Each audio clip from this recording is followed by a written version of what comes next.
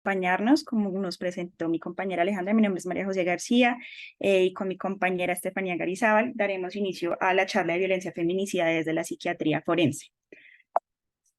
A continuación es parte de la bibliografía que usamos para la charla del día de hoy, incluyendo varios protocolos y varias tesis y disertaciones sobre el tema desde el marco tanto clínico como jurídico. Muy bien, buenas noches. Mi nombre es Estefanía Garizábal y para poder iniciar esta presentación nos parece muy importante aclarar primero qué es la psiquiatría forense y principalmente de qué se encarga.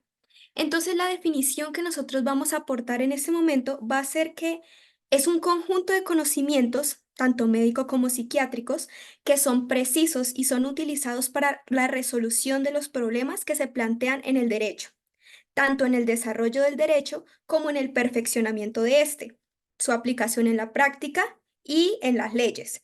Entonces, pues, de parte de, de los médicos psiquiatras, se va a hacer un perfeccionamiento y se va a hacer un apoyo para el cumplimiento de las leyes del derecho. Ahora bien, nosotros consideramos que el derecho romano fue el primer atisbo, la primera luz que nos dio hacia la psiquiatría forense. ¿Por qué? Debido a que en este momento se consideró por primera vez la posibilidad de realizar peritaciones médicas en el caso de trastornos mentales, como por ejemplo en el Corpus Juris Civilis en el año 529 al 534 después de Cristo. Sucede después el Renacimiento y el inicio de la Edad Moderna, donde se va construyendo aún más y a través de ciertos avances de la historia, las bases para crear lo que ahora es la psiquiatría forense. Por último, tenemos el Cuerpo Nacional de Médicos Forenses en 1862, que va a ser como el último auge desde la rama de la medicina forense para poder solidificar un poco lo que es la psiquiatría forense en este momento. Sigamos. Muy bien. Ahora, con más conceptos, ¿qué es entonces la violencia de género? Para nosotros entender la violencia de género, veamos qué es la violencia. La violencia la vamos a definir como la hostilidad, la agresividad o esta conducta que está dirigida contra alguien, contra algo, siempre con una intención de causarle daño o pues, dicho de otra forma, una agresividad con un valor negativo. Por otro lado, tenemos la agresión. La agresión en sí ya se entiende como el acto de cometer hacia alguien, para matarlo, para herirlo o para hacerle daño de alguna forma. Y teniendo esto en cuenta, entonces la violencia de género va a ser estos actos dañinos que se van a dirigir contra una persona o un grupo de personas a razón de su género. Tiene, claro, su origen en la desigualdad de género, el abuso del poder y la existencia de muchas normas dañinas. El feminicidio es un concepto que vamos a tratar más adelante a lo largo de toda la presentación, pero lo vamos a entender como la muerte de una mujer por su condición de ser mujer o por motivos de identidad de género. Y la violencia feminicida va a ser una forma extrema de esta violencia de género contra las mujeres, que puede llegar hasta el punto de la muerte, de causar la muerte a esta mujer o a esta persona que se identifique como mujer, llevado a cabo por ciertas conductas misóginas y estas desigualdades que existen. Sigue, por favor. Listo, muchas gracias. Las estadísticas acerca del feminicidio. Es muy importante ir de lo macro a lo micro, entonces primero vamos a ver las estadísticas a nivel mundial. Gracias a la Oficina de las Naciones Unidas contra la Droga y el Delito, tenemos estas tasas de homicidios relacionadas con pareja o familia por cada 100.000 mujeres. En la gráfica de la izquierda superior podemos ver que estas tasas son mucho mayores en África, por ejemplo, pero estamos seguidos nosotros en América. En la siguiente gráfica tenemos la tendencia del número total de muertes de mujeres víctimas de homicidio relacionados con la pareja o familia en América del Norte, del Sur, América Central y el Caribe, desde 2017 hasta el 2021.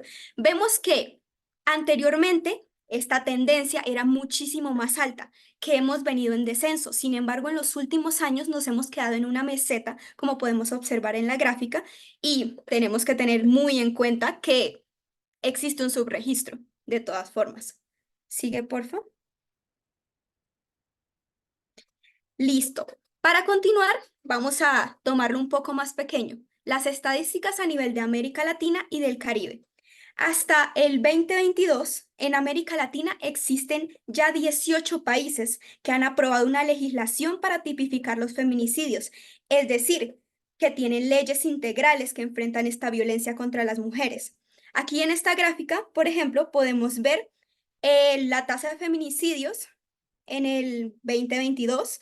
Entonces, lo vemos distribuido por países, encabezando Brasil, siguiente México. El resto de países tienen como unas estadísticas similares. Sin embargo, podemos ver esta diferencia en ciertos países de Latinoamérica muy vecinos a nosotros. Sigue, por favor. Podemos ver esta otra gráfica que va a comparar desde el 2019 hasta el 2022 estas tasas de feminicidios o femicidios en los diferentes países. Tenemos que Honduras está encabezando en este caso, seguido por El Salvador, República Dominicana. Nosotros como Colombia estamos en promedio con los demás países, sin embargo es una tasa que sigue siendo bastante alta. Sigue, por favor. Y esta es una distribución más por edad, debido a que es muy importante epidemiológicamente saber cuáles son las edades donde se presentan más estos feminicidios para poder tal vez llegar a una prevención. Sigamos. Muy bien, ahora sí llegamos a Colombia. Estas estadísticas que les traje acerca de Colombia son dadas por el informe del Observatorio de Feminicidio de la Fiscalía General de la Nación. Estos registros son de un periodo del 1 de enero al 31 de diciembre del 2021. Y las víctimas que se tienen aquí en cuenta van a ser víctimas con identidad de género mujer, es decir, mujer trans, independientemente del sexo registrado, diferentes modalidades, pero que se identifican como mujer. Entonces tenemos que han habido 226 víctimas del delito de feminicidio y 277 víctimas de mujeres de homicidio en todo el país. Y ya vamos a ver que pues el feminicidio se diferencia del homicidio de las mujeres en este país. Sigue, por favor. Y aquí vemos otras gráficas. La que vemos en la parte izquierda es una distribución por departamento. Es un rango total de feminicidios en Colombia por departamento, que pues vemos las regiones que están siendo mucho más afectadas. Y al lado derecho, la distribución por edades en el caso de Colombia específicamente. Y podemos centrarnos en la curva más prominente de esta gráfica, que va a ser desde los 19 años hasta los 34 años, donde existen más tasas de feminicidios en Colombia. Sigue. Ok, y también les dejamos esta frase que nos fundamenta un poco más en nuestras cabezas de qué se encarga la psiquiatría forense. La psiquiatría forense es la psiquiatría en función de la justicia y su objetivo es el estudio, de estudio es el hombre enfermo de la mente, ya sea el violador de la normativa jurídica o ya sea el necesitado de protección jurídica. ¿Sigue? Ahora, adentrándonos un poco más puntualmente en la definición de la violencia feminicida, se puede entender como el extremo, la representación más extrema de un continuum y una constancia de terror antifemenino que puede incluir una amplia variedad de abusos, tanto verbales como físicos, que pueden incluir violación, tortura, esclavitud sexual, en lo que entendemos como el trabajo sexual o la prostitución, abuso sexual infantil o extrafamiliar, golpizas físicas y emocionales, un acoso sexual que puede ser virtual en las calles, oficina, en la misma aula de estudio, la mutilación genital, operaciones ginecológicas innecesarias, la heterosexualidad forzada sobre mujeres que se identifican bajo la comunidad LGBTI, la maternidad forzada por medio de la criminalización de la contracepción y del aborto, la negación de la comida para mujeres en algunas culturas, etcétera, etcétera. Siempre que estas formas de terrorismo resultan en muerte, se van a convertir en feminicidios. Claro es que tenemos que tener entendimiento sobre las circunstancias en las cuales se llevó a cabo el delito. Dentro de esta es la motivación, que es una de las que mejor nos permite identificar este delito y clarificarlo en que se haya tratado de un hecho cometido en contra de una mujer en virtud de su condición de mujer. A grandes rasgos, estos delitos se pueden dividir entre dos categorías principales grandes que van a ser el feminicidio íntimo y el feminicidio no íntimo. Dentro del íntimo podemos entender que hay una alusión a la existencia pues, de una relación entre la víctima y el victimario que amplia la concepción tradicional en la que se consideran como tales los ocurridos única y exclusivamente en la relación de pareja. El feminicidio íntimo pareja lo entendemos como el que incluye las parejas actuales y las exparejas y cualquiera de los tipos de relación de pareja, sea noviazgo, compañeros permanentes, cónyuges y amantes. En cuanto al íntimo familiar, hablamos de cuando el agresor presenta algún tipo de parentesco con la víctima, bien sea de tipo familiar, afinidad o civil. Y con el íntimo amistad hay una relación de proximidad y unos vínculos socioafectivos formados entre la víctima y el agresor.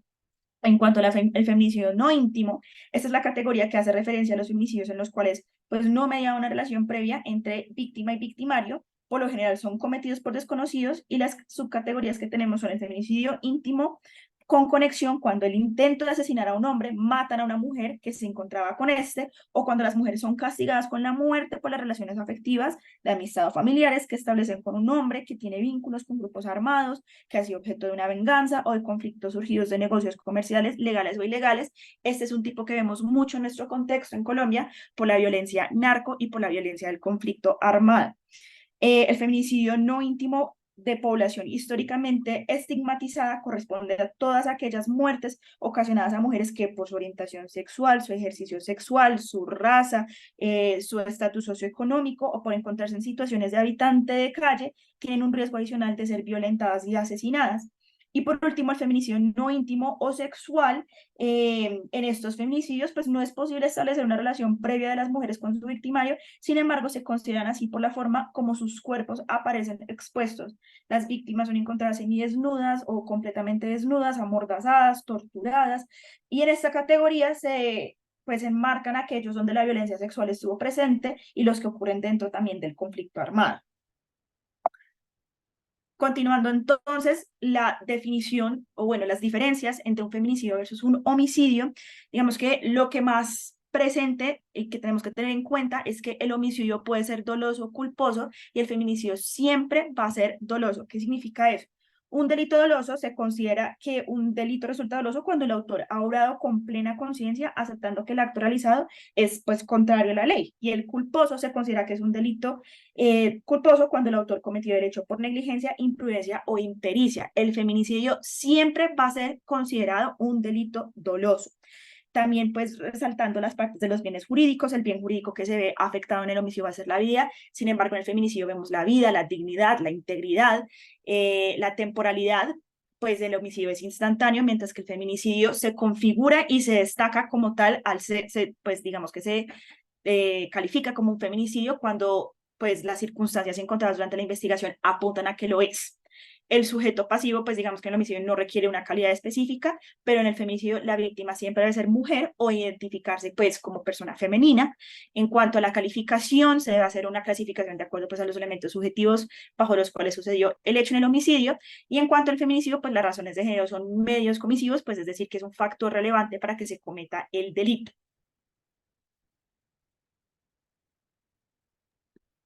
Muy bien, entendiendo todos estos conceptos, vamos a continuar con los factores de riesgo y ciertas causas para el feminicidio, la acción de, de feminicidio.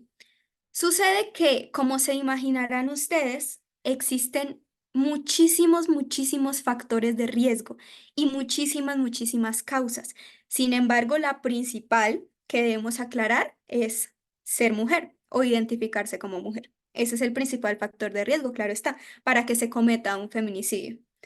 Sin embargo, nosotras decidimos dividirlo de una manera un poco estratégica en dos formas. La primera forma es la parte demográfica, microsistema y antecedentes. Dentro de la parte demográfica tenemos algunos factores de riesgo que van a ser la diferencia de edad con la pareja, una diferencia amplia de edad entre pues las dos personas que conforman esta relación. Que la mujer sea mayor de edad, Como vimos en las estadísticas, por lo menos en Colombia, llega un riesgo hasta los 25 o 29 años de que se cometa feminicidio. Que la mujer esté casada y que tenga estudios secundarios, es decir, que tenga 7 años o más de estudios en total. Dentro del microsistema tenemos el hecho de la violencia relacional, pues, esta situación dentro de la pareja o dentro de la familia, que el agresor le impidiera a la mujer que viera a sus amigos o sus familiares, que la víctima alguna vez fuese abusada sexualmente y que sea mujer cabeza de hogar. Antecedentes tenemos la incurrencia de violencia psicológica, física, sexual, que ya se hayan presentado denuncias, ya sea desde, pues, de la misma mujer o que han presentado denuncias a su nombre, que el agresor haya actuado con premeditación o que el agresor sea un familiar. Sigue, por favor. Por otro lado, existen algunos factores exógenos y endógenos que facilitan esta conducta delictiva, tales como los exógenos se van a dividir en, primero, sociales. ¿Qué entendemos nosotros por factores sociales? La pobreza, carencias económicas, las amistades que se tengan, la estructura social donde vivan estas personas, la cultura donde se desarrollen, el trabajo, entre muchas otras. Factores exógenos familiares van a ser, pues van a venir desde la crianza tanto de la víctima como del perpetrador. La inmadurez de los padres en el momento de la crianza, ciertas perturbaciones o trastornos mentales en la infancia, la violencia familiar que esté asociada a diferentes orígenes, ya sea mala comunicación familiar o cualquier otra causa de violencia intrafamiliar, y muy importante, el maltrato infantil. Ya en los factores endógenos vamos a tener primero las causas psicológicas, claro, el estrés, la falta de control, faltas de dominio, baja autoestima, inseguridad. Dentro de los factores biológicos, ya esto es algo que pues se ha venido estudiando de hace pocos años hacia acá. Sin embargo, es importante mencionarlo porque pues puede ser una de las causas, un factor de riesgo. Ciertos factores genéticos, un cuidado prenatal deficiente, consumo de ciertas sustancias, mala alimentación y diversas enfermedades. ¿Sigue? Hablando entonces de cómo se entienden estos crímenes mediante la psiquiatría forense, es importante resaltar que uno de los puntos entre el consenso más importante es que no es el producto de casos inexplicables o de conducta desviada o patológica, por el contrario, es el producto de un sistema estructural de opresión. Es importante destacar que la presencia o no de un trastorno mental en el momento de agredir a la mujer no es claro e incluso llega a ser completamente contradictorio, ya que hay estudios que han hallado una elevada prevalencia de psicopatología en estos crímenes, mientras otros no han encontrado dichas diferencias entre feminicidas y maltratadores, pues no feminicidas. En cuanto al perfil psiquiátrico de los agresores, hay tres definidos principalmente, que va a ser el solo en familia, el disfórico / borderline y el violento / antisocial. Cuanto al solo en familia, este es el perfil que tenemos más normalizado. Tiene un índice bajo de delitos, de violencia fuera del ámbito familiar, baja sintomatología psiquiátrica y que no abusa de alcohol o de sustancias estupefacientes. La violencia que ejerce generalmente es física y es menos intensa que en los otros dos tipos. Rara vez su agresión es psicológica o sexual y son los que presentan menos desórdenes mentales o psicopatologías.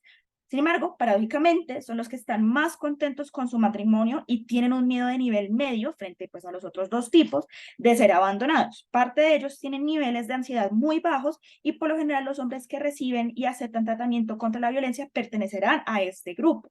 Son los que tienen menos factores de riesgo, pero pese a ello su agresión es el resultado de la combinación de estrés y factores de riesgo. Son algo impulsivos, pero al mismo tiempo mantienen una posición positiva hacia las mujeres y negativa hacia la violencia, lo que los lleva a arrepentirse de sus agresiones. Continuando con el disfórico / borderline, estos son aquellos que exteriorizan un grado medio de violencia dirigida principalmente contra sus familiares. Asimismo, son los que sufren mayores alteraciones cognitivo-emocionales, como inestabilidad emocional, impulsibilidad, irascibilidad, rasgos de trastorno borderline y esquizoide de personalidad y elevados niveles de depresión. Por lo general, también agreden a otros miembros de su familia y sus actos pueden pues extenderse por fuera de este círculo. tienden a provenir de un hogar con violencia, experimentaron rechazo de pequeños y generalmente esto les dificulta, los lleva a tener dificultades en establecer lazos formales y confiables con sus parejas. Y de hecho son los que tienen el mayor miedo al abandono. Los de este grupo son emocionalmente volátiles y psicológicamente angustiados, evidencian características de personalidad borderline y esquizoide, lo que se mantiene o se manifiesta pues en conductas de control como los celos. Digamos que los violentos disfóricos borderline están mucho más cercanos a los violentos en general que pues digamos el primer tipo como los suelos en familia.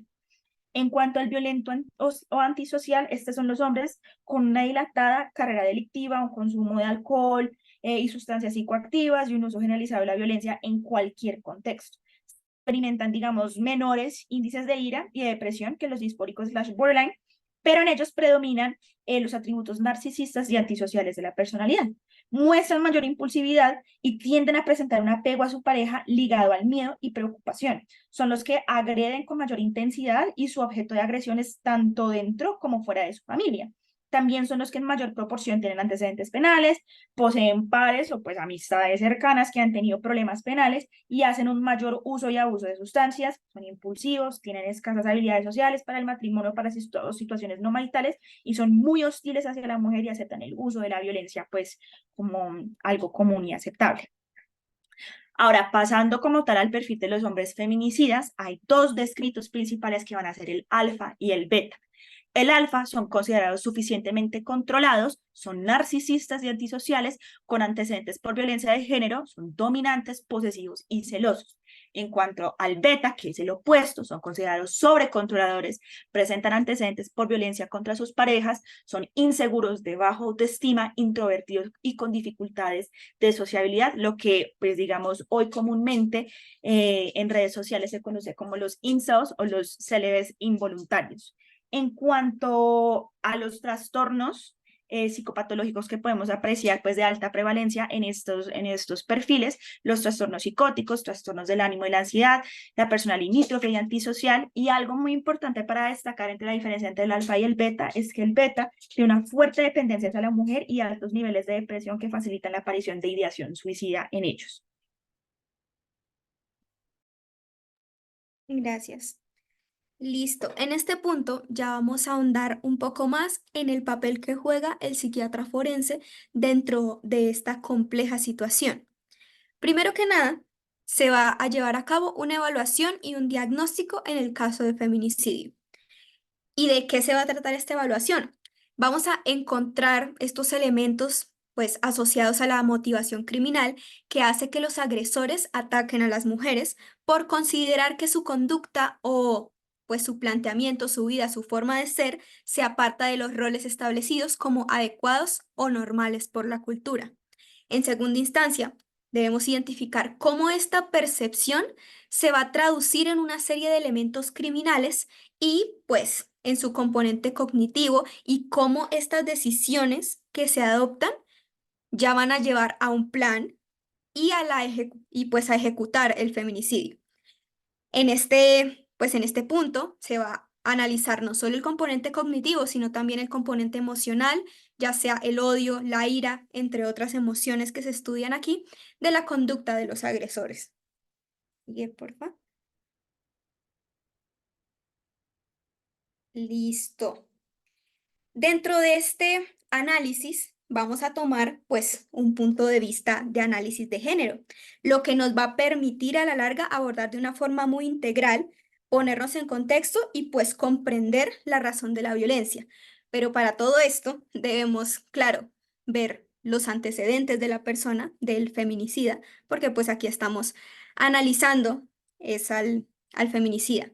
Antecedentes de violencia previa contra la víctima o contra otras víctimas en el pasado, la existencia de ciertos elementos pues asociados a los agresores de violencia de género, que fueron los que ya María José nos comentó, la conducta del victimario tras los hechos, es decir, se entregó voluntariamente, intentó suicidarse, cometió suicidio, las lesiones que se hayan encontrado. Aquí vamos también al hecho de que esto es un manejo totalmente integral. entonces el médico psiquiatra va a tener acceso a este tipo de información, como pues las lesiones que se hayan encontrado en manos, brazos, que se relacionen con golpes, acciones o maniobras de sometimiento. También los indicios biológicos de la víctima en el victimario y las cicatrices defensivas, como signos de lesiones pues propiciadas por la víctima o propiciadas también por el mismo victimario. Sigue, por favor. Ahora, después de tener toda esta información que debemos recopilar, va a ir a tomar protagonismo la entrevista con el acusado.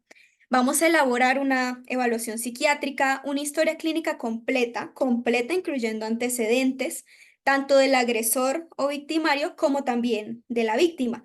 Con esto, lo que necesitamos es efectuar un perfil criminológico, considerar todas estas posibles causas, las similitudes que llevan a estas personas a cometer estos actos de feminicidio. Sin embargo, pues cabe aclarar que no existe tampoco un perfil claramente determinado o descrito que nosotros nos permita como predecir o detectar rápidamente estos sujetos, por lo que se debe realizar pues una historia clínica bastante completa. Sigue, porfa. Y llegamos pues a los últimos puntos de este análisis que van a ser, primero el análisis del crimen, que va a ir desde pues el hallazgo de la situación, el análisis de toda esta situación por el médico forense, va a haber una evaluación del estado mental al momento del crimen, que esto va a ser llevado a cabo también por el médico, el psiquiatra forense, pero con el apoyo del psicólogo forense también. Y aquí un punto bastante importante que es en lo que desemboca todo este trabajo y es en el informe y testimonio pericial. Dentro del informe y testimonio pericial hay algo muy importante que es el supuesto de peligrosidad criminal. La peligrosidad de una persona, ¿qué es esto? Una cuestión que depende mucho de la psiquiatría legal, debido a que, en primer lugar, lo que debemos hacer es definir qué entendemos por peligrosidad en este caso y, pues, qué entendemos en caso de, pues, este feminicida, es decir, su cualidad de peligroso, que puede volver a causar daño. Esto es lo que hay que también consignar en el documento. Esta persona que cometió este crimen puede causar daño o puede cometer demás actos delictivos. Entonces, debemos aclarar muy bien el riesgo que existe de esta persona para poder prevenir que vuelva a suceder o por lo menos dejar consignado que podría suceder. ¿Sigue?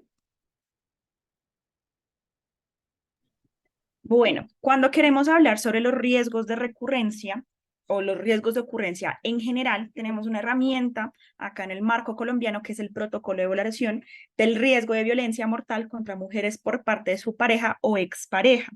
Este habla de un modelo ecológico de factores asociados con la violación o la violencia infligida por la pareja, el cual permite para este caso la violencia de pareja desde sus diversos escenarios y desde múltiples manifestaciones, reconocer los aspectos personales, familiares, comunitarios y culturales que asociados explican pues la causa de esta problemática. Entonces, este modelo o el protocolo lo divide en 4 sectores diferentes, que va a ser el macrosistema, el exosistema, el microsistema y el endosistema. El macrosistema se refiere a los valores, creencias, representaciones culturales y sociales que producen y reproducen el ordenamiento patriarcal de las sociedades.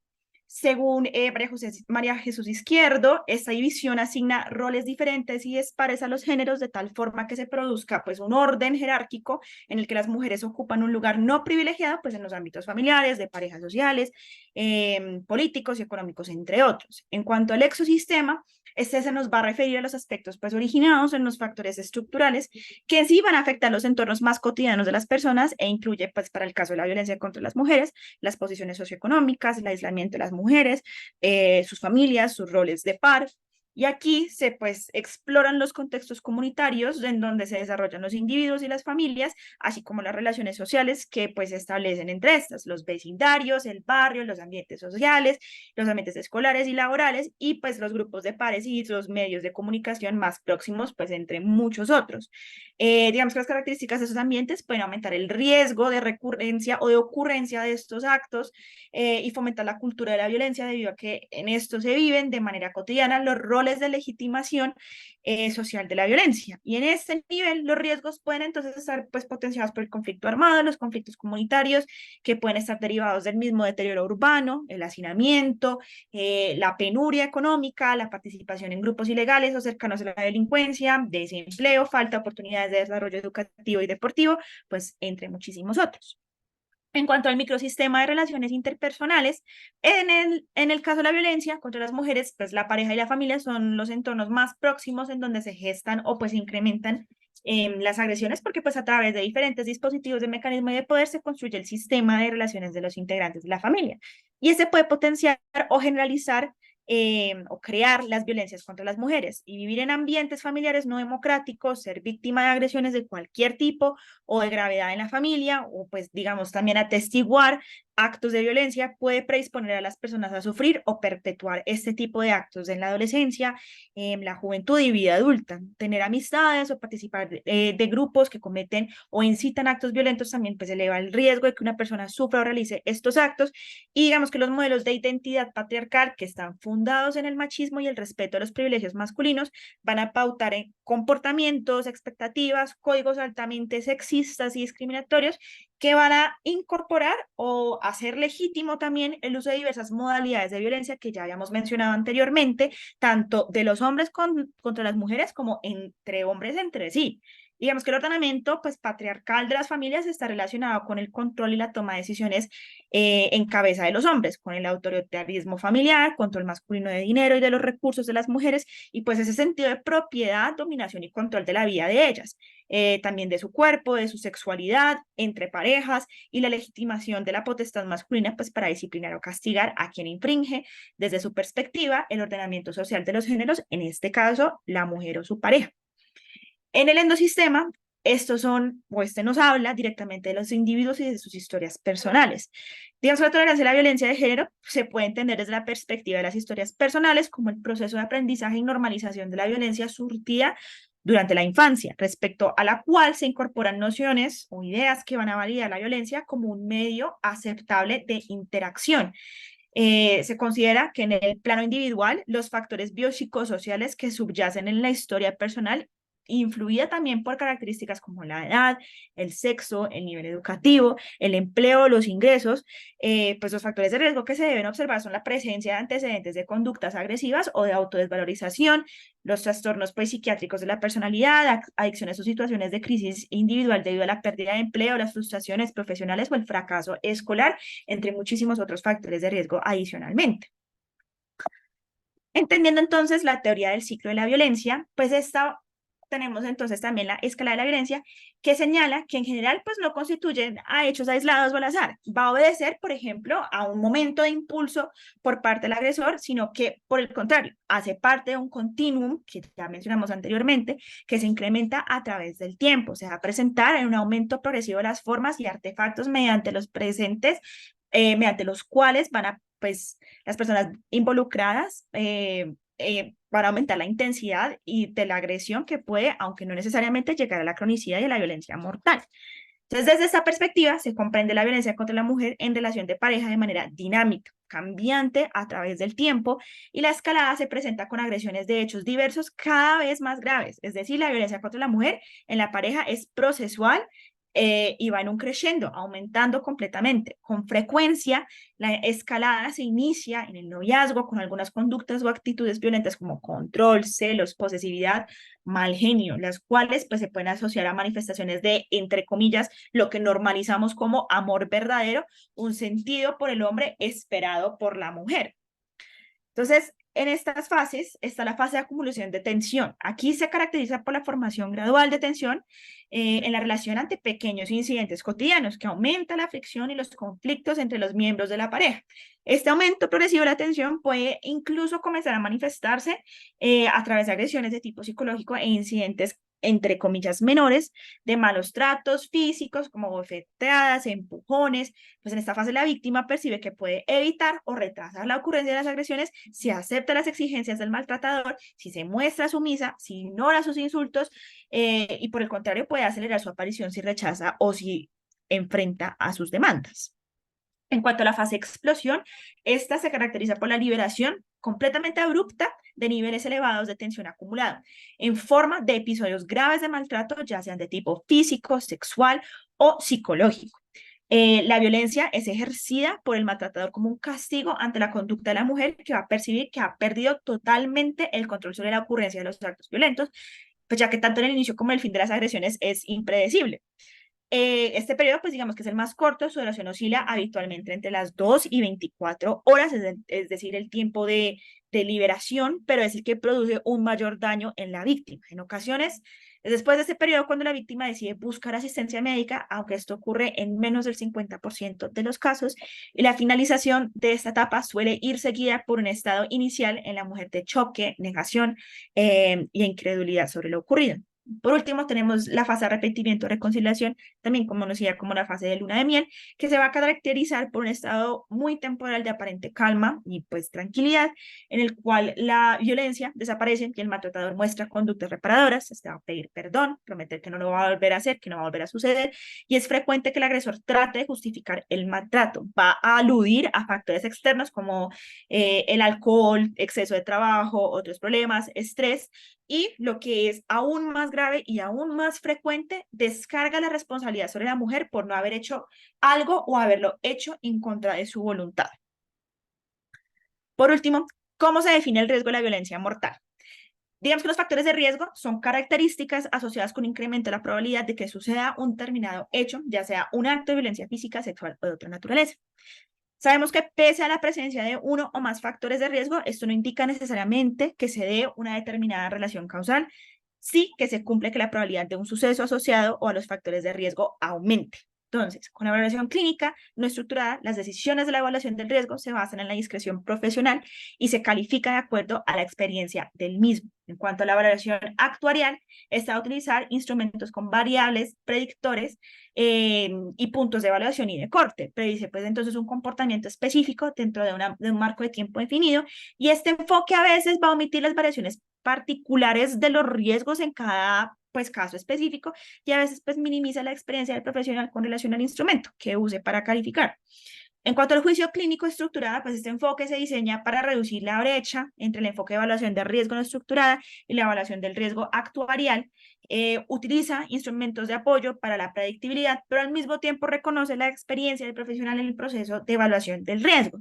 Realiza entonces una triangulación de información entre los resultados de la aplicación de la escala, la pericia profesional y los documentos adyacentes del caso y además considera pues importante la percepción de la persona agredida sobre su riesgo. ¿Qué tres pues, herramientas son las más comúnmente usadas para evaluar el riesgo? Tenemos entonces el Danger Assessment Tool, que es para evaluar el riesgo de muerte. Es un cuestionario de 26 ítems. Para valorar el riesgo de nuevos ataques sobre la pareja, utilizamos el Spouse Assault Risk Assessment. Y por último, para valorar el riesgo de reincidencia de delincuentes penados por violencia doméstica, se utiliza el Kingston Screening Instrument for Domestic Violence, el Kingston Screening para violencia doméstica.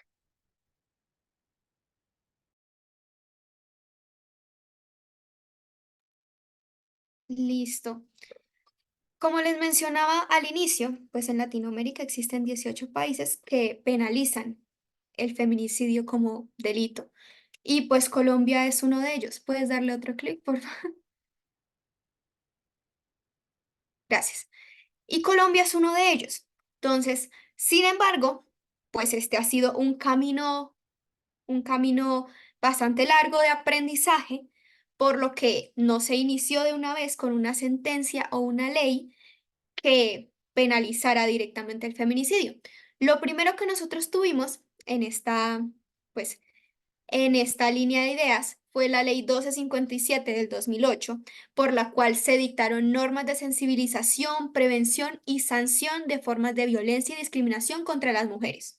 Vemos que todavía no se escucha el término feminicidio en este momento. En el decreto 0164 del 2010 se realizó una comisión intersectorial denominada Mesa Interinstitucional para Erradicar la Violencia contra las Mujeres. Posteriormente, en 2011, se dio el decreto 4796, donde se reglamentaron parcialmente artículos de la ley 1257 del 2008 y se dictaron otras disposiciones. Aún no se menciona el hecho de feminicidio.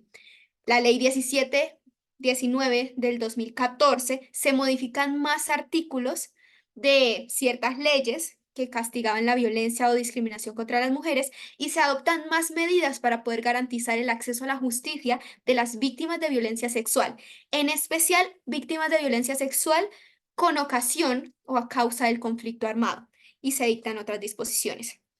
Pero, ¿qué sucede? En Colombia, el tema del feminicidio tuvo su desarrollo y crecimiento después de que sucediera una muerte de una mujer en el año 2012. Algunos habrán escuchado esto, otros tal vez no, pero ella fue brutalmente violada, torturada antes de morir por acción de un compañero de estudio. Este hecho fue lo que realmente motivó la promulgación de la Ley 1761 del 2015.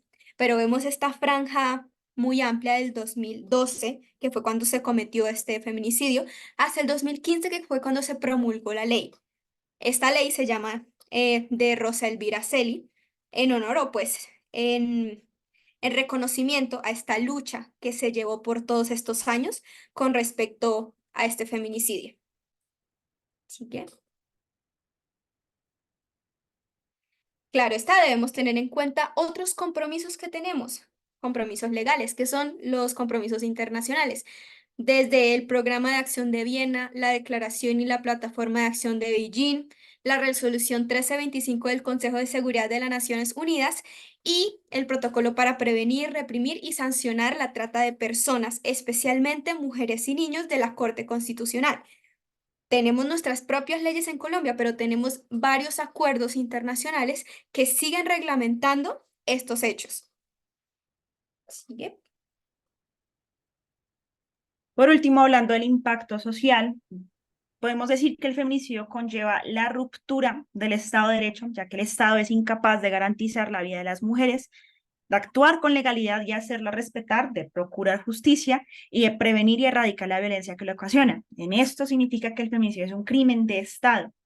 Las personas que experimentan la violencia colectiva tienden a presentar limitaciones de carácter funcional, mermando sus habilidades y las capacidades necesarias para su desarrollo. Se describen como incapaces de alcanzar el mismo nivel de competencias previo al acontecimiento violento, describiendo que los efectos pueden clasificarse en el cansancio emocional, la fatiga física, sus habilidades y capacidades se ven también comprometidas, obligaciones y relaciones sociales, en su rendimiento intelectual, daño físico y un desencanto espiritual y moral.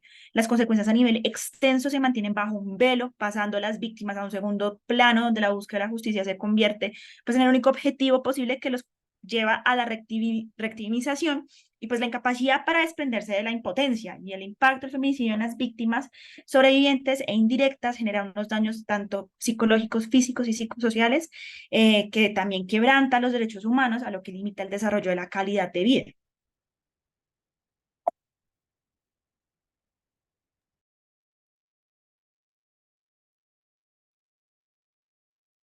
Ok, antes de poder llegar a nuestras conclusiones de este tema, quisimos traerles dos casos de estudio, o por decirlo de otra forma, ejemplos de todo lo que nosotros acabamos de contarles. En estos dos artículos, pues se plantean estudios de casos de un feminicidio.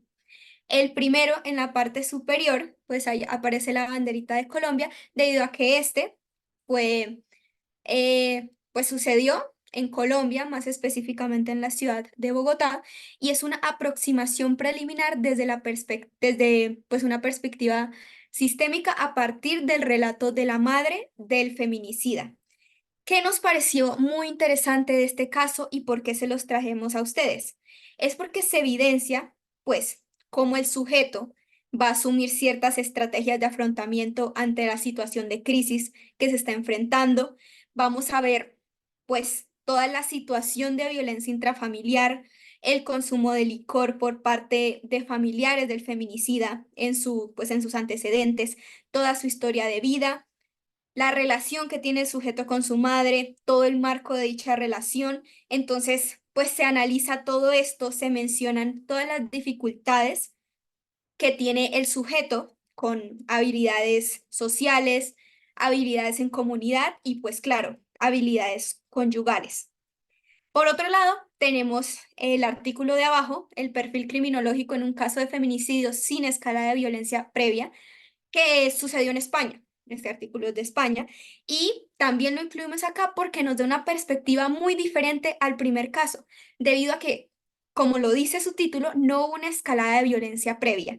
Es decir, el autor de los hechos cometió este crimen sin tener antecedentes de violencia, sin tener antecedentes de agresividad y sin tener, por decirlo de alguna forma, ciertas pistas que nos llevaran a pensar que esta situación podría suceder. Entonces, dentro de este artículo lo que van a discutir es más una visión detallada del perfil de esta persona, todas sus implicaciones, sus tendencias impulsivas, sus tendencias a reaccionar a los problemas, a aceptar sus propios fallos, a esforzarse a trabajar en pues estos fallos que está presentando y pues todo esto desde la perspectiva psicológica, psiquiátrica y pues claro, legal de, de la situación. Si los quieren revisar, abajo están los links, son súper interesantes. Sigue, por favor.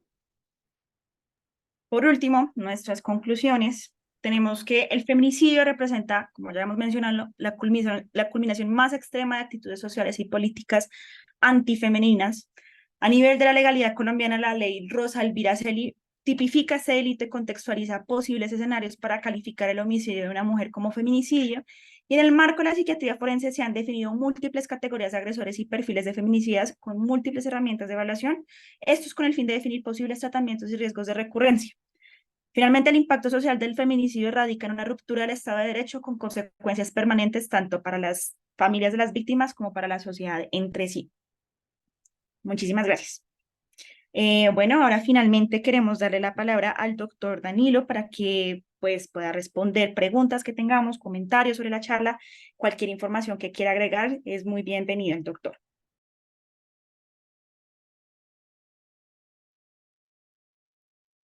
Hola, buenas noches. Em,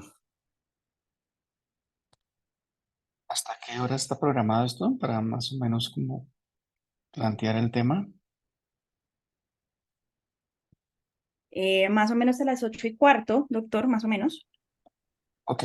Bueno, entonces, primero, pues muchas gracias por la invitación. Pues felicitaciones a las expositoras, porque igual este se trata de un tema bastante extenso, bastante delicado y pues que desafortunadamente es muy difícil que la gente eh, lo estudie o se plantee dentro de todos los pensum académicos en medicina y en otras áreas de la salud, pero que como ustedes ha dado cuenta, pues es un tema cada vez más importante y más relevante y que más nos toca a nosotros como profesionales de la salud, médicos y pues a nosotros, a los psiquiatras y pues a todos aquellos que quieren dedicarse a esta parte de la psiquiatría.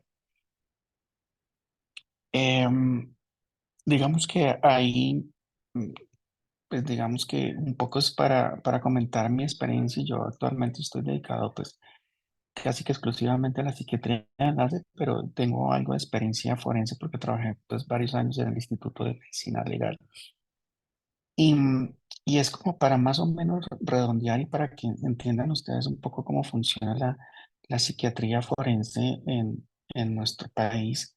Es, básicamente es como empezar a entender de qué se trata la psiquiatría forense. Es como nosotros, los especialistas en psiquiatría, cómo ponemos todos nuestros conocimientos éticos, científicos, clínicos, todas las técnicas que nosotros hemos aprendido hacer las entrevistas clínicas y cómo eso lo aplicamos para auxiliar a la justicia cuando se requiere un conocimiento relativo a todo lo que concierne a las enfermedades mentales o cómo funcionan algunas funciones mentales y toda esta relación que se tiene frente a un individuo a lo largo de su vida o en un punto específico de la vida del individuo, es decir, como para aclarar todas aquellas dudas que tiene un juez, que usualmente pues, son abogados que no tienen nada de conocimiento de la medicina y menos de la psiquiatría, y cómo eso puede apoyar y auxiliar a la justicia para ayudar a resolver los casos.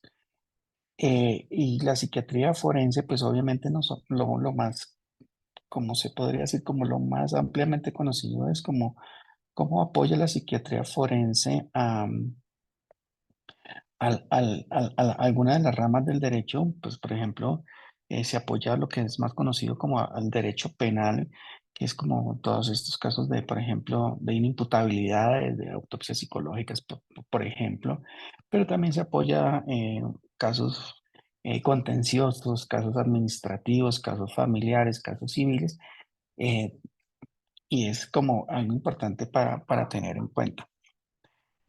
Las solicitudes por parte de las personas, o, pues las valoraciones que se hacen desde el punto de vista de la psiquiatría forense se hacen a las personas por orden de la autoridad. No es que la gente llegue a pedir una cita a medicina legal y vengo para que me valoren, no, sino la autoridad, el juez, el fiscal, el abogado defensor incluso de la defensoría pública pues, solicitan oficialmente la valoración y normalmente ellos hacen una solicitud específica de qué es lo que quieren que se apoye. Entonces, en esos términos, si se requiere dentro de un mismo caso evaluar tanto a víctima como a victimario, pues eso lo tienen que hacer dos profesionales distintos. Es decir, el mismo profesional no puede evaluar a la víctima y a la vez poder dar una opinión o concepto sobre el victimario.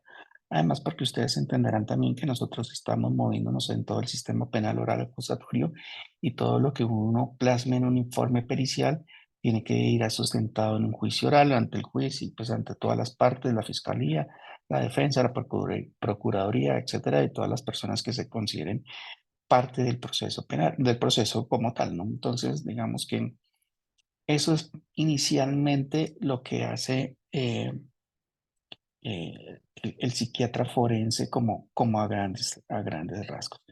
Se necesita, y entenderán también que tener un conocimiento amplio y tener una muy buena experiencia clínica para poder eso, para que me entiendan un poco, poderlo traducir a términos legales, a términos forenses. Entonces, para uno ser un buen psiquiatra forense debe tener muy buena también experiencia clínica de estar viendo pacientes y estar conociendo cómo es la dinámica de cada una de las enfermedades mentales a las que normalmente nosotros los psiquiatras evaluamos, tratamos y rehabilitamos como como parte de su proceso de atención integral. Entonces, digamos que a grandes rasgos así funciona la psiquiatría forense. Para entrar en parte a lo de la violencia femicida, digamos que de esto se viene hablando desde hace mucho tiempo e inicialmente cuando ustedes leen sobre el tema, se hablaba de femicidio y el femicidio básicamente pues lo incorporó una activista sudafricana por allá en 1976 para hacer como una homologación de la parte de homicidio, pero para referirse específicamente a las mujeres. Y ella lo que quería mencionar básicamente era el asesinato de mujeres realizado por hombres, realizado por motivos de odio, desprecio y como por esa sensación de propiedad que tienen o que sienten erróneamente sobre las mujeres. Y ese tema, pues ese término se fue como construyendo a lo largo de los años y se considera que básicamente hacia 1900, como hacia los 90 básicamente, eh, una mujer de apellido Legarde, mexicana, incorporó el término feminicidio. Es decir, inicialmente se empieza a hablar de femicidio, después se empieza a hablar de feminicidio. Y el feminicidio lo que quiso incorporar es un elemento adicional, es que es la impunidad con la que se cometen estos actos. Y es porque entonces aquí empezaba a verse, pues se empezaba a ver, em, y esto es como para llamar la atención, será porque usualmente los estados no le estaban prestando la suficiente atención a todos estos casos y la mayoría de los casos de muertes de mujeres terminaban en impunidad. También todo esto contextualizado pues en un ambiente, muchos de ellos machistas. Acuérdense también pues que eh, esto quedó casi que abolido y pues no fue como de gusto de muchos colectivos feministas porque en el 2014 la RAE, la Real Academia de la Lengua Española, pues lo que hace es introducir la palabra feminicidio a su diccionario, dejando de lado la palabra, pues las dos distinciones, el femicidio y el feminicidio. Es decir, por eso es que desde entonces todos estamos usando la palabra feminicidio, pero es como para contextualizar los que en un inicio pues estaban, y si ustedes lo van a leer en algo más profundo, pues hay las dos definiciones, tanto femicidio como feminicidio.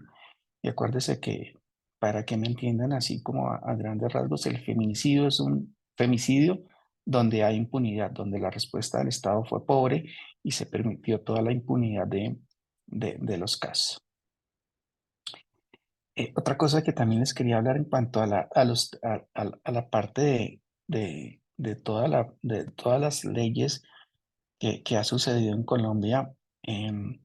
Antes con el Código Penal no había, como ustedes explicaron muy bien, no había un delito puntualmente llamado feminicidio, sino que todo eso em, entraba dentro del artículo de violencia intrafamiliar. Y esto había un problema con ese delito, y es que inicialmente cuando se sacó ese primer código penal a principios de los años 2000, es que este delito de violencia familiar era un delito querellable y desistible. Querellable quiere decir es que si no había una denuncia de por medio, pues la fiscalía no empezaba a investigar. Y desistible, eso quiere decir es que si usted en medio del proceso, como ustedes lo hablaron también en medio de todo ese ciclo de la violencia, en esa fase que hablaban de luna de miel, ya la pareja se contentaba, ya le prometía que iba a cambiar, le prometía el cielo y la tierra, y entonces la mujer iba a la fiscalía y decía ya, desisto de la denuncia, y entonces el proceso llegaba hasta ahí. Además que también era un delito que se podía conciliar, o sea, es decir, no, yo me comprometo a no volverla a pegar y le doy 100.000 pesos y se quita la causa judicial, y pues digamos que eso también estaba contribuyendo mucho a la impunidad. Después fue que se hizo, pues en el 2012, si no estoy mal, que todo eso se aboliera y empezaba a que la fiscalía podía empezar a actuar de oficio, es decir, sin una denuncia de por medio, que ya no se podía desistir, o sea que usted ya no podía ir a quitar la denuncia, y que se quitó también toda la parte de la conciliación. Y pues como también hablaron, pues desde el 2015 pues ya promulgó la ley la 1761 del 2015, la que se llamó la Rosalvira Celi, pues por todo ese caso tan dramático que ocurrió aquí en el Parque Nacional de Bogotá.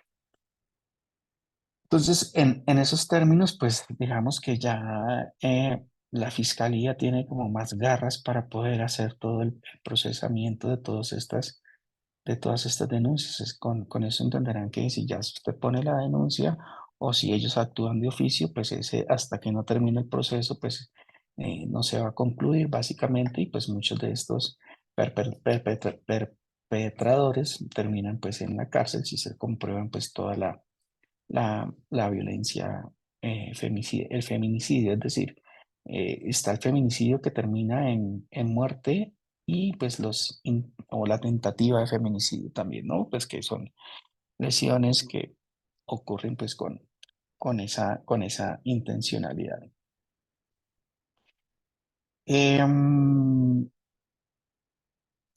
digamos que ahí hablaban un poco también de todos los escenarios en los que se movía y en los que ocurría la violencia de género, la violencia contra la mujer, y hablaban pues del que es más común, y cuando uno lee pues todas las cifras del Instituto de Medicina Legal en su revista Forensis, que si ustedes en algún momento tienen, pues le pueden echar una ojeada, porque ellos están constantemente haciendo como todos estos análisis, año tras año, de todos estos análisis, de todas las estadísticas que manejan, y hablan no solamente de violencia, sino de suicidios, homicidios, bueno, en fin, muchas cosas.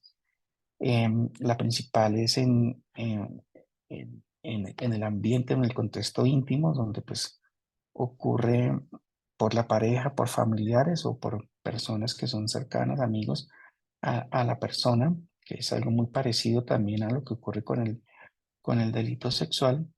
Y también ocurre en un escenario que es el que se llaman, que es no íntimo, y a veces mencionan también que hay otro tercer escenario que también, que es el que llaman por conexión, y es básicamente cuando ocurre el feminicidio, cuando pues digamos que no hay cuando la muerte de la mujer ocurre, por ejemplo, cuando ésta intenta defender a otra mujer de un feminicidio, entonces por conexión termina también falleciendo.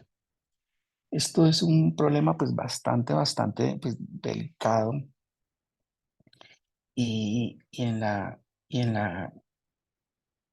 y en las evaluaciones que uno hace desde el punto de vista de la psiquiatría forense, es tratar de mirar si hay alguna clase eh, de lo que se llama, por ejemplo, en lo forense, la perturbación psíquica, o las secuelas también, o el daño moral que ellos también llaman.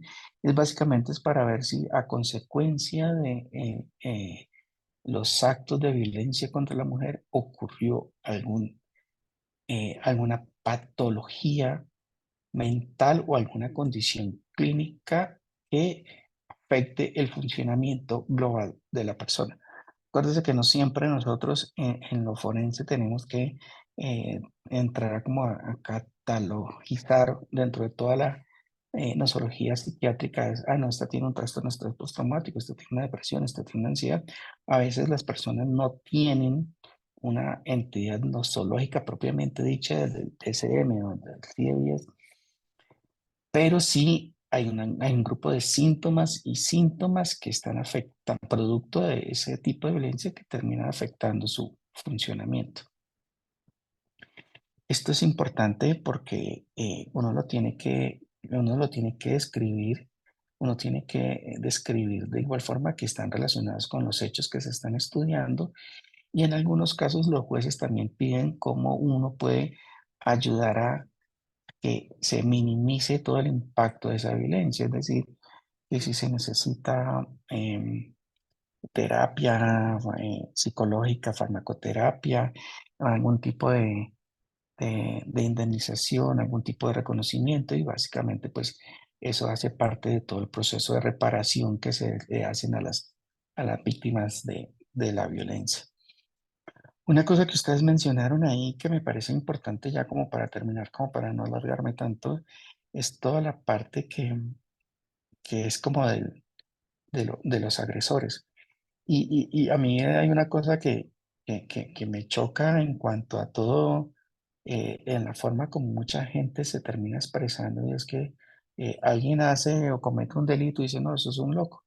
Cuando uno hace realmente el estudio psicológico o psicopatológico de las personas agresores, realmente las personas que cometen delitos y que tienen una enfermedad mental, para que finalmente sean declarados inimputables en términos forenses, es decir, que no tenían esa capacidad de comprensión y autodeterminación de lo que estaban haciendo al momento de cometerse los hechos, es muy baja. Realmente uno cuando estudia estas cosas, se dice que, por ejemplo, en las personas maltratadoras, solamente un porcentaje muy pequeño, del 10 al 15%, presentan alguna clase de trastornos o alteraciones psicopatológicas claramente diagnosticables. Es decir, que más o menos el 85% no tienen una enfermedad propiamente dicha, pero sí tienen dentro de su forma de ser una serie de rasgos en su personalidad que son muy característicos y que finalmente se convierten en algo muy disfuncionales, ¿no?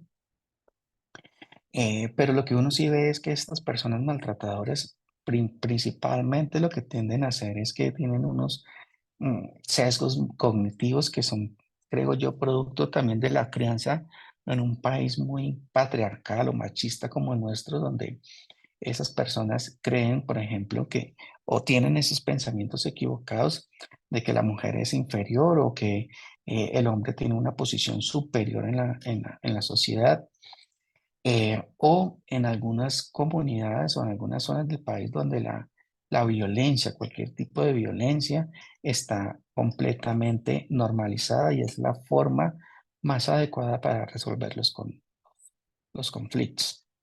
También describen que suelen ser personas como que son muy autoritarios, entonces yo soy el hombre, yo soy el que mando, yo soy el señor, el dueño de la casa, entonces todo el mundo termina convenciéndose de ese discurso y entonces son personas que empiezan a exigir obediencia y principalmente sumisión a la mujer, ¿no? Y son personas que posiblemente no tienen como para que me entiendan como ese ensayo, esa capacidad introspectiva de decir que están o reconocer que están cometiendo alguna conducta disfuncional, entonces tienden a negarlo, decir que se les olvidó el problema, dicen que lo que usted mencionaba, que fue culpa del trago, que no me acuerdo de lo que hice, es que usted me provocó, es que usted también me insultó, y finalmente siempre tienen una excusa para justificar todas sus conductas maltratadoras, ¿no? Y finalmente, pues digamos que también son personas que tienden a ser como hombres que se tienden a mostrar como muy buenos socialmente, ¿no? Entonces, delante de los demás, son personas que tratan a la mujer como una princesa, que la tratan con las mejores palabras, pero que cuando están en la intimidad del hogar son personas que se muestran a ser muy violentos, ¿no? Porque son personas que solamente maltratan a su mujer. De ahí para adelante, posiblemente a las demás mujeres tienden a tratarlas en en las mejores condiciones.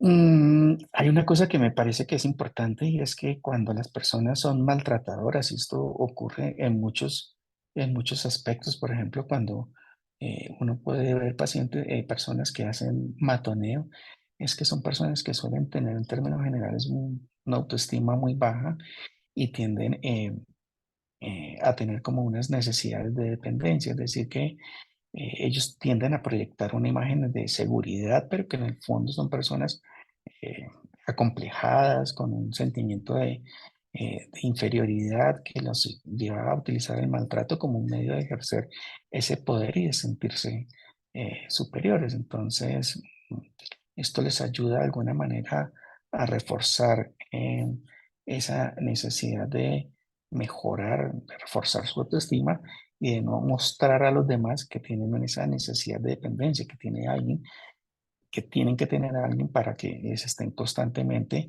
diciéndole que usted es lo mejor y que sin usted no puedo vivir, etcétera, etcétera. Entonces son personas que finalmente son bastante acomplejadas. Y uno de los rasgos que tienden a hacer estas personas es que eh, cuando ustedes hablan de los rasgos de personalidad, hay unos rasgos de personalidad que son los del clúster B que tienden a ser muy impulsivos y entre esos están pues los límites, los antisociales que también tienden a tener una muy baja tolerancia a la frustración, tienen unos mecanismos de defensa como muy inmaduros, con muchas dificultades para afrontar o para buscar soluciones a los problemas, para manejar el estrés, para eh, solucionar como todos los conflictos de la vida diaria. Entonces, finalmente, son personas que tienden a ser muy violentos. Con esto quiero decir que no hay un perfil como característico de decir son estos o son los otros, pero sí hay unas cosas que dentro de las entrevistas que uno pudiera hacer, empieza a notar como todos unos rasgos ahí eh, que pueden ayudarlo a uno como a establecer que estas personas pues pueden tener un mayor riesgo de ejercer violencia sobre los otros. De esto realmente hay pues muchas cosas como con las que uno podría sentarse a hablar, a entrevistar personas. Es realmente muy interesante porque a uno le empieza a, a entender un poco ese funcionamiento tanto de la persona, tanto del victimario como de la víctima. Y, y de alguna manera uno aprende ojalá a identificar como para no estar como metido también en esa cadena, porque para que ocurra un feminicidio, como ustedes lo mencionaron muy bien, es, es un ciclo y eso va en escalada. Empieza con decirle, eh, no puede salir, está fea, está gorda, esa falda no le luce, a, a hacer otro tipo de maltrato, porque acuérdense que no solamente hay maltrato físico, sino también hay maltrato psicológico, hay maltrato económico, hay maltrato sexual. Y el feminicidio es la cúspide de toda una escalada de violencia que usualmente ha venido ocurriendo por años y de las que las personas, a veces las mujeres, a veces les cuesta mucho trabajo eh, salir, ¿no? Eh, y bien, y esto es importante resaltar una frase que ustedes dijeron, que el principal factor de riesgo es ser mujer, simplemente. Ya de ahí pueden venir otras cosas que se han visto a lo largo de los estudios, pero el principal factor de riesgo es ser mujer. Pues digamos que eso era como por encima lo que les quería contar de cómo se hace toda la parte del enfoque desde el punto de vista forense, de las cosas que uno tiene que tener en cuenta. Y no sé si tengan alguna pregunta en las que yo les pueda colaborar. No, doctor, excelente intervención. Muchísimas gracias por los comentarios y la intervención en general. Todo quedó súper claro, que creo que ni mi compañera ni yo quedamos con preguntas. Sí, Muchísimas gracias. total, muchísimas gracias. Estuvo súper la retroalimentación. Bueno, a ustedes muchas gracias por la invitación nuevamente y pues en lo que les pueda colaborar, pues quedo atento. Muy Sí, señor. amable, doctor. Muchas gracias, doctor. Chicos, para los que son miembros activos del grupo, la palabra clave va a ser Rosa Alpiraceli. Nada, chicos, muchísimas gracias y buenas noches. Gracias. Adiós, que estén bien. Gracias. Gracias, que estén bien.